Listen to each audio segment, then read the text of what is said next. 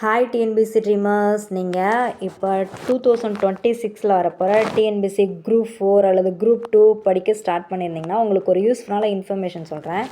அதாவது நம்மளுக்கு யூடியூப்பில் சுபா லேர்னிங்ஸ்னு ஒரு யூடியூப் சேனல் இருக்குது. ஸோ அவங்க வந்து என்ன பண்ணுறாங்கன்னா ஹோம்ஒர்க் ப்ளஸ் பனிஷ்மெண்ட் சீரீஸ்னு ஒரு சீரீஸ் ஸ்டார்ட் பண்ணியிருக்காங்க. ஸோ என்ன பண்ணுவாங்கன்னா டெய்லி ஒரு டாபிக் வந்து கொடுத்துருவாங்க. அதாவது மார்னிங் 10 o'clock அவங்க லைவ் வந்துடுவாங்க.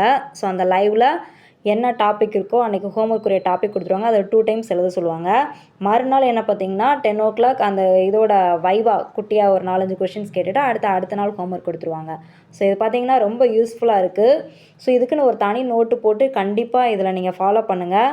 23ஆம் தேதி ஆரம்பித்தாங்க. அதில் என்ன ஹோம்ஒர்க் கொடுத்தாங்கன்னா இந்திய வேளாண் புரட்சிகள் அதோட இது கொடுத்தாங்க. இன்றைக்கி 24 பார்த்தீங்கன்னா புறப்பொருளுக்கணம் தமிழ் ஓரியன்டாக கொடுத்துருக்காங்க. ஸோ இது எல்லாருமே ப்ரிப்பேர் பண்ணிட்டு நாளைக்கு காலைல மார்னிங் 10 o'clock வைவா அட்டன் பண்ணுங்கள். கண்டிப்பாக யூஸ்ஃபுல்லாக இருக்கும்.